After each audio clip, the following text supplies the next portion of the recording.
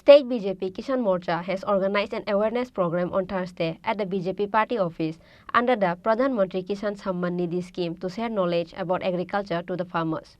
Minister Tinku Roy and Kisan Morcha President Jahar Saha were invited as the chief guest.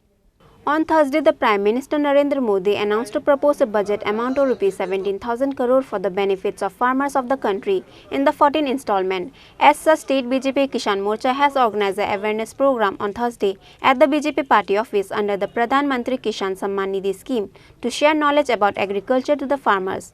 Minister Tinku Roy and Kisan Morcha President Jahar Saha were invited as the chief guests. BJP Kisan Morcha President Jahar Saha offered his gratitude to the Prime Minister Narendra Modi for taking such important initiative for the betterment of the farmers.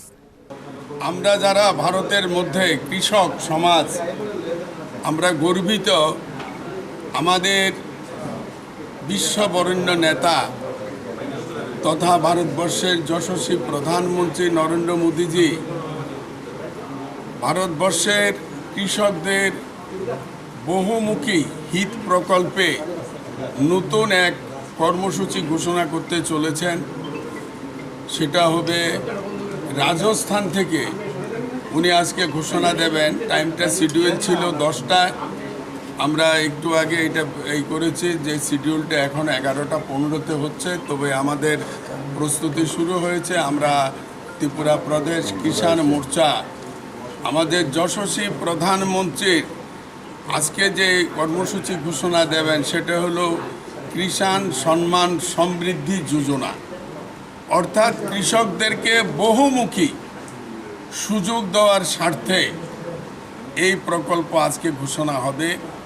আমরা এর জন্য আমাদের ত্রিপুরার প্রদেশ কিষাণ মোর্চা আমাদের যশস্বী প্রধানমন্ত্রীকে আমরা তার কাছে কৃতজ্ঞতা জানাচ্ছি এবং তাকে গৌরী অভিনন্দন জানাচ্ছি যে ভারতবর্ষের একমাত্র প্রধানমন্ত্রী যিনি যশস্বী প্রধানমন্ত্রী নরেন্দ্র মোদী যিনি কৃষকদের কল্যাণে বহুমুখী প্রকল্প উনি কাজ করছেন। শুধু খালি বক্তৃতার মধ্যে দিয়ে নয়, প্রচারের মধ্যে দিয়ে নয়, বাস্তবমুখী প্রত্যেকটা কৃষক যাতে আত্মনির্ভর হয় এবং আমাদের ভারতবর্ষ কৃষি নির্ভর দেশ, আমরা যাতে স্বনির্ভর হতে পারি এবং আমরা দেশটাকে সমৃদ্ধি করতে পারি সেই লক্ষ্য নিয়ে প্রধানমন্ত্রী কাজ করছেন।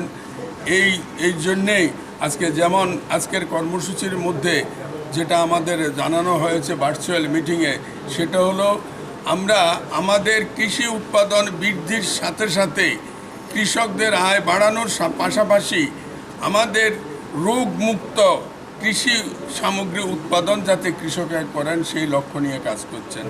যেমন অর্গানিক পদ্ধতিতে আমরা এতদিন পর্যন্ত সার ঔষধ সেগুলো আমরা ব্যবহার করতাম, কীটনাশক ঔষধ এবং বিভিন্ন কেমিক্যাল ফার্টিলাইজার যেটা বলা হয়।